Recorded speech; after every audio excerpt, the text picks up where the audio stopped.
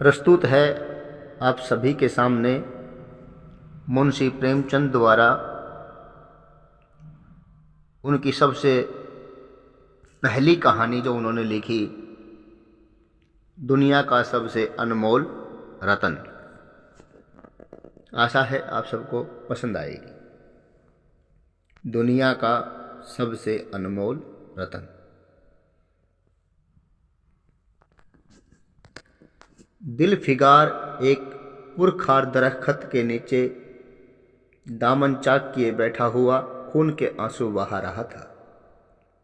वो हुस्न की देवी यानी मलिका दिल फरेब का सच्चा और जाबाज आशिक था।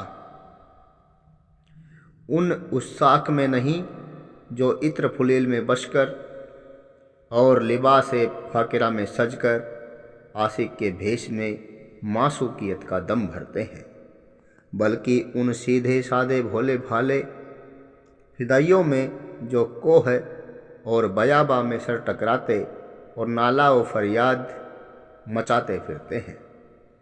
दिल फरेब ने उससे कहा था कि अगर तू मेरा सच्चा आशिक है तो जा और दुनिया की सबसे बेशबहा सै लेकर मेरे दरबार में आ, तब मैं तुझे अपनी गुलामी में कबूल करूंगी। अगर तुझे वो चीज़ न मिले तो खबरदार इधर का रुख न करना, वरना दार पर खिंचवा दूंगी। दिलफिगार को अपने जज्बे के इजहार का, शिकवा शिकायत और जमाले यार के दीदार का मुतलक मौका न दिया गया। दिल फरेब ने जो ही ये फैसला सुनाया, उसके चौबदारों ने गरीब दिलफिगार को धक्के देकर बाहर निकाल दिया और आज 3 दिन से ये सितम रसीदा शख्स उसी पुरखार दरख्त के नीचे इसी वहशतनाक मैदान में बैठा हुआ सोच रहा है कि क्या करूं। दुनिया की सबसे बेशबहा शय नामुमकिन, और वो है क्या? कारून का खजाना, आबे हयात, ताजे खुशरो, जामे जम, तख्ते ताउश, जर ए परवेज। नहीं, ये चीज़ें हरगिज नहीं। दुनिया में ज़रूर इनसे गिरा तर, इनसे भी बेशबहा चीज़ें मौजूद हैं, मगर वो क्या हैं, कहाँ हैं, कैसे मिलेंगी, या खुदा मेरी मुश्किल क्यों कर आसान होगी। दिलफिगार इन्हीं ख्यालात में चक्कर खा रहा था और अकल कुछ काम न करती थी। मुनीर शामी को हातिम सा मददगार मिल गया। ऐ काश कोई मेरा भी मददगार हो जाता। ऐ काश मुझे भी उस चीज़ का जो दुनिया की सबसे बेशबहा है नाम बतला दिया जाता। बला से वो शय दस्तयाब न होती, मगर मुझे इतना मालूम हो जाता कि वो किस किस्म की चीज़ है। मैं घड़े बराबर मोती की खोज में जा सकता हूँ। मैं समंदर का नगमा, पत्थर का दिल, कजा की आवाज़ और उनसे भी ज़्यादा बेनिशान चीज़ों की तलाश में कमर हिम्मत बांध सकता हूँ, मगर दुनिया की सबसे बेशबहा शय ये मेरे पर परवाज से बोलाए तर है। आसमान पर तारे निकल आए थे। दिलफिगार यकायक खुदा का नाम लेकर उठा और एक तरफ को चल खड़ा हुआ। भूखा प्यासा बरहना तन, खस्ता औजार, वो बरसों वीरानों और आबादियों की खाक छानता फिरा। तलवे कांटों से छलनी हो गई। जिस्म में तारे सतर की तरह हड्डियां ही हड्डियां नजर आने लगी, मगर वो चीज़ जो दुनिया की सबसे बेशबहा शय थी मयसर न हुई और न उसका कुछ निशान मिला। एक रोज़ भूलता भटकता एक मैदान में निकला, जहाँ हजारों आदमी हल्का बांधे खड़े थे। बीच में अम्मामे और अबा वाले रसाइल काजी शान ए तहक्कुम से बैठे हुए बाहम कुछ गुरफिश कर रहे थे, और उस जमात से जरा दूर पर एक सूली खड़ी थी। दिलफिगार कुछ नातवानी के गलबे से और कुछ यहाँ की कैफियत देखने के इरादे से ठिठक गया। क्या देखता है कि कई बरकंदार एक दस्त ओ पाब जंजीर कैदी को ले चले आ रहे हैं। सूली के करीब पहुंचकर सब सिपाही रुक गए और कैदी की हथकड़ियाँ बेड़ियाँ सब उतार ली गई। उस बदकिस्मत शख्स का दामन सदहा बेगुनाहों के खून के छींटों से रंगीन हो रहा था और उसका दिल नेकी के ख्याल और रहम की आवाज़ से मुतलक मानूस न था। उसे काला चोर कहते थे। सिपाहियों ने उसे सूली के तख्ते पर खड़ा कर दिया, मौत की फांसी उसकी गर्दन में डाल दी और जल्लादों ने तख्ता खींचने का इरादा किया कि बदकिस्मत मुजरिम चीख कर बोला, लिल्लाह है, मुझे एक दम के लिए फांसी से उतार दो ताकि अपने दिल की आखिरी आरज़ू निकाल लूँ। ये सुनते ही चारों तरफ सन्नाटा छा गया। लोग हैरत में आकर ताकने लगे। काजियों ने एक मरने वाले शख्स की आखिरी इस्तिदा को रद्द करना मुनासिब न समझा और बदनसीब सियह कार काला चोर जरा देर के लिए फांसी से उतार लिया गया।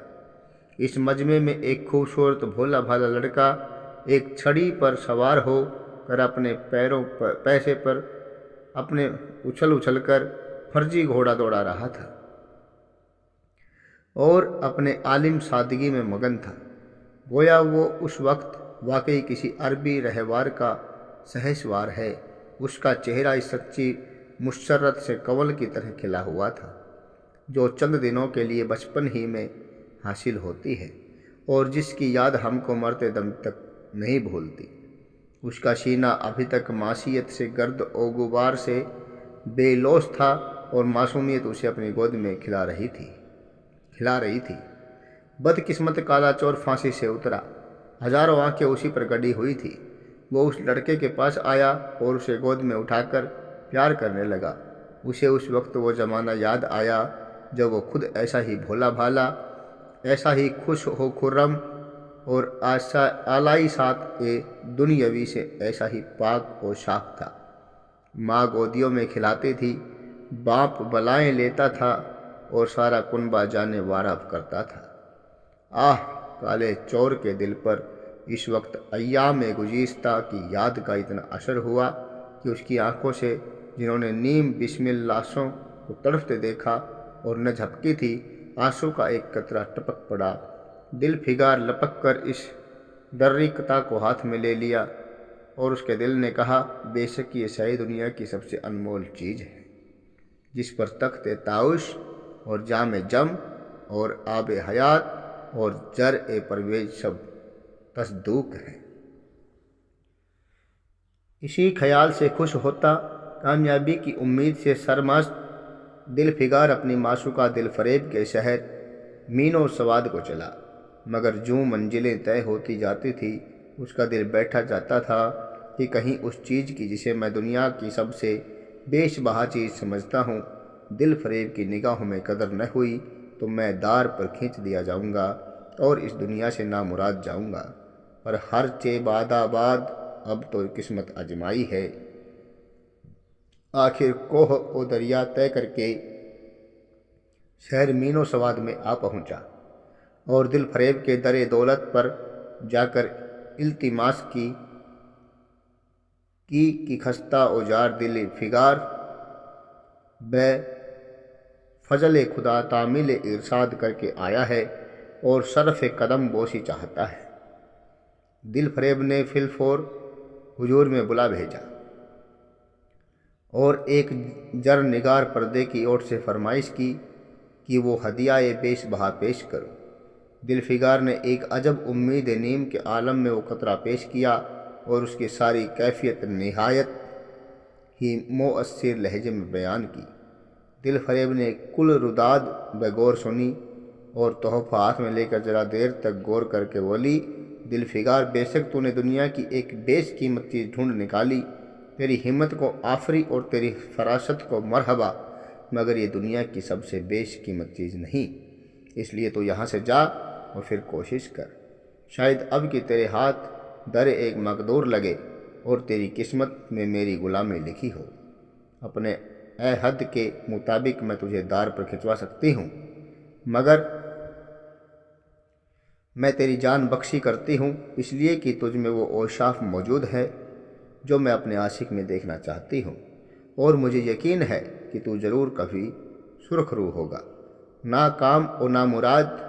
दिलफिकार इस इनायत माशूकाना से जरा दिलेर होकर बोला, ए महबूब दिल नसीबा, बाद मुद्दत ए दराज के तेरे आस्था की जब रसाई नसीब हुई है, फिर खुदा जाने ऐसे दिन कब आएंगे। क्या तू अपने आशी के जाँबाज के झाले जार पर तरस न खाएगी और अपने जमाल जहाँ आरा का जलवा दिखाकर इस सख्त तन दिलफिकार को आने वाली शक्तियों के छीलने के लिए मुस्तैद न बनाएगी। तेरी एक निगाह मस्त के नशे से बेखुद होकर मैं वो कर सकता हूँ जो आज तक किसी से न हुआ हो।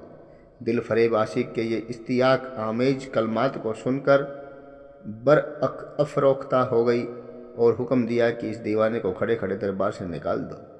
चौबदार ने फ़ौरन गरीब दिलफिकार को धक्के देकर कूचाए यार से बाहर निकाल दिया। कुछ देर तक तो दिलफिकार माशुकाना सितम केश की इस तूंद खुई पर आंसू बहाता रहा। बाद अजा सोचने लगा कि अब कहाँ जाऊँ। मुद्दतों की रह न वर्दी और बादिया पैमाई के बाद ये कतराए अश्क मिला है। अब ऐसी कौन सी चीज़ है जिसकी कीमत इस दरे आबदार से जायद हो। हजरत खिजर, तुमने सिकंदर को जाह ओ जुल्मात का रास्ता दिखाया था, क्या मेरी दस्तगिरी न करोगे। सिकंदर शाह हफ्त किश्वर था, मैं तो एक खानुमा बर्बाद मुसाफिर हूँ। तुमने कितनी ही डूबती कश्तियाँ किनारे लगाई हैं, मुझ गरीब का बेड़ा भी पार करो। ए जिब्रील आली मकाम, कुछ तुम्हें इस आशी के नीम जान उन असीर रंज व मेहन पर तरस खाओ। तुम मुकर्रर बाने बारगाह से हो, क्या मेरी मुश्किल आसान न करोगे। अलगरज दिलफिगार ने बहुत फरियाद मचाई, मगर कोई उसकी दस्तगिरी के लिए नमूदार न हुआ। आखिर मायूस हो कर वो मजनू सिफत दोबारा एक तरफ को चल खड़ा हुआ। दिलफिगार ने पूरब से पश्चिम तक और उत्तर से दक्षिण तक कितने ही दयारों की खाक छानी। कभी बर्फिस्तानी चोटियों पर सोया, कभी होलनाक वादियों में भटकता फिरा, मगर जिस चीज़ की धुन थी वो न मिली। यहाँ तक कि उसका जिस्म एक तूदाए उस्तख्वा हो गया। एक रोज़ वो शाम के वक्त किसी दरिया के किनारे खस्ता हाल पड़ा था। नस्साए बेखुदी से चौंका, देखता है कि संदल की चिता बनी हुई है और उस पर एक नाजनीन सहाने जोड़े पहने सोलो श्रृंगार किए बैठी हुई है। उसके जानों पर उसके प्यारे शोहर की लाश है। हजारों आदमी हल्का बांधे खड़े हैं और फूलों की बरखा कर रहे हैं। यकायक चिता में से खुद ब खुद एक शोला उठा। सती का चेहरा उस वक्त एक पाक जज्बे से मुनव्वर हो रहा था। मुबारक शोले उसके गले लिपट गए और दम जदन में वो फूल सा जिस्म तूदाए खाकिस्तर हो गया।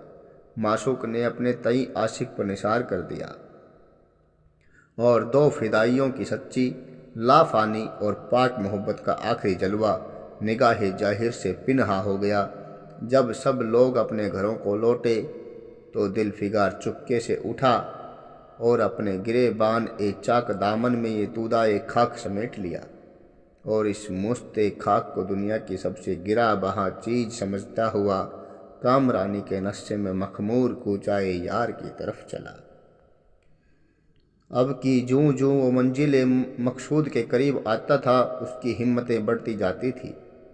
कोई उसके दिल में बैठा हुआ कह रहा था, अब की तेरी फतह है, और इस ख्याल ने उसके दिल को जो ख्वाब दिखाए उसका जिक्र फजूल है। आखिर वो शहर मीनो सवाद में दाखिल हुआ और दिल फरेब के आस्ताने रिफ़ायत निशान पर जाकर खबर दी कि दिलफिगार सुरखरू और बावकार लौटा है और हजूरी में बारियाब हुआ चाहता है।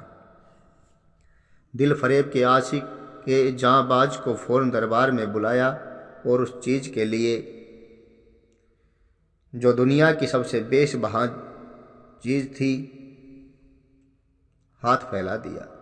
दिलफिगार ने जुरत करके इस शाहिद शिमी का बोसा ले लिया और वो मुस्ते खाक उसमें रख कर वो सारी कैफियत निहायत दिलसोज अंदाज में कह सुनाई। और मासूकाए दिल पजीर के नाजुक लबों से अपनी किस्मत का मुबारक और जा फजा फैसला सुनने के लिए मुंतजिर हो बैठा। दिल फरेब ने इस मुस्त एक खाक को आंखों से लगा लिया और कुछ देर तक दरियाए तफक्कुर में गर्क रहने के बाद बोली, ए आशिक, ए जानिसार दिल फिगार, बेशक ये खाक कीमिया सिफत जो तू लाया है दुनिया की निहायत बेशकीमत चीज़ है, और मैं तेरी सिदक के दिल से ममनून हूँ कि तूने ऐसा बेशबहा तोहफा मुझे पेश किया है। मगर दुनिया में इससे भी ज़्यादा गिरा कदर कोई चीज़ है, जा उसे तलाश कर और तब मेरे पास आ। मैं तहे दिल से दुआ करती हूँ कि खुदा तुझे कामयाब करे। ये कहकर वो पर्दाए जर निगार से बाहर आई और मासूकाना अदा से अपने जमाल जान सोज का नज़ारा दिखाकर फिर नज़रों से ओझल हो गई। एक बरख थी कि कौंधी और फिर पर्दाए अबर में छुप गई। अभी दिल फिगार के हवास बजा न होने पाए थे कि चौबदार ने मुलायमत से उसका हाथ पकड़कर ऊंचाए यार से निकाल दिया, और फिर तीसरी बार वो बंदाए मोहब्बत, वो जाविया नसीन कुंज ए नाकामी यास के अथाह समुद्र में गोता खाने लगा। दिल फिगार का हबाव छूट गया। उसे यकीन हो गया कि मैं दुनिया में नासाद मर जाने के लिए पैदा किया गया था, और अब महज इसके कोई चारा नहीं कि किसी पहाड़ पर चढ़कर अपने तई गिरा दूं, ताकि मासूक की जफाकारियों के लिए एक रेजा उस्तख्वा भी बाकी न रहे। वो दीवाना वार उठा और अफ्ता व खिजा एक सरब फलक फकोह की चोटी पर जा पहुंचा। किसी और वक्त तो ऐसे ऊंचे पहाड़ पर चढ़ने की ज़रूरत न कर सकता था, मगर इस वक्त जान देने के जोश में उसे वो पहाड़ एक मामूली टिकरे से ज़्यादा ऊंचा न नजर आया। करीब था कि वो नीचे कूद पड़े कि एक सब्ज पोश पिसर मर्द सब्ज अमामा बांधे एक हाथ में तस्बीह और दूसरे हाथ में असा लिए बरामद हुए और हिम्मत अफजा लहजे में बोले, दिल फिगार, नादान दिल फिगार, ये क्या बुज़दिलाना हरकत है। इस्तिकलाल राह इश्क की पहली मंजिल है। बाई हमा इदहाए आशिकी तुझे इतनी भी खबर नहीं, मर्द बन और यो हिम्मत न हार। मशरिक की तरफ एक मुल्क है जिसका नाम हिंदुस्तान है, वहाँ जा और तेरी आरज़ू पूरी होगी। ये कहकर हजरत गायब हो गए।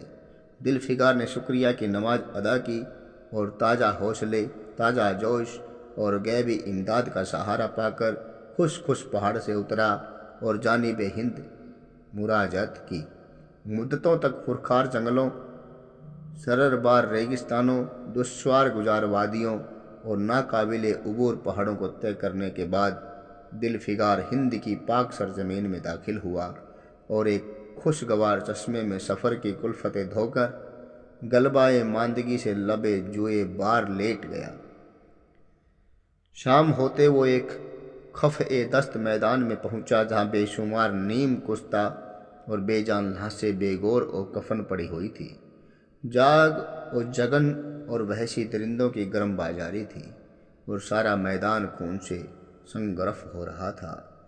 ये हैबतनाक नज़ारा देखते ही दिल फिगार का जी दहल गया। खुदाया, किसी अजाब में जान फंसी।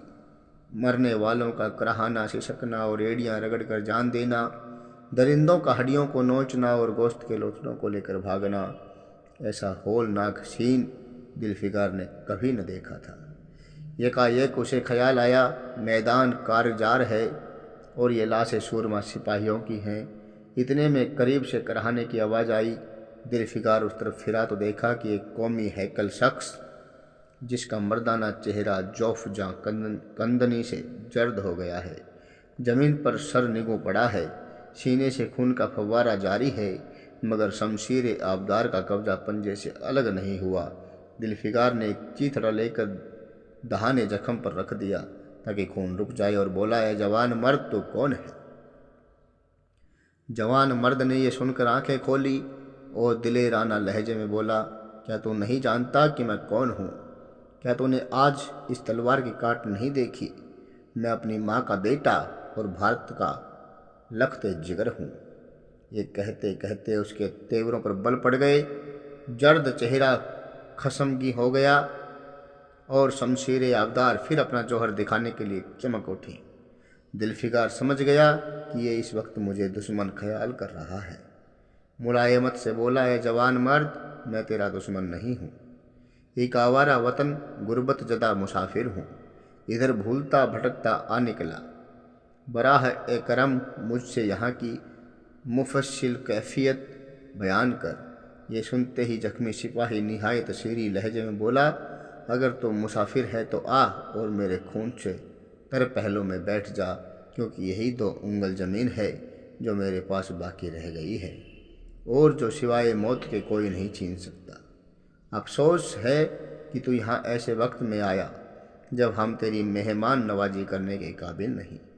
हमारे बाप दादा का देश आज हमारे हाथ से निकल गया और इस वक्त हम बेवतन हैं।